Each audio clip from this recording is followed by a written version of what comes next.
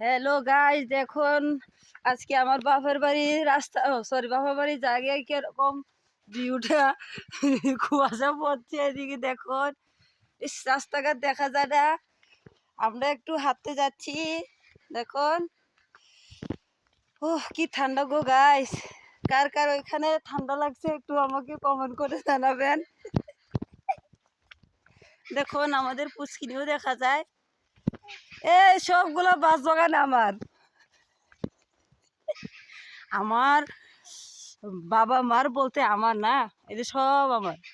কার কার বাস লাগবে আমার বাপের বাড়িতে কোনা বনে চলে আসবেন। অ্যাড্রেসগুলো দিয়ে দিয়েছি, কমেন্ট বক্সে জানিয়ে দিব আমি এখন কোন জায়গায় আছি।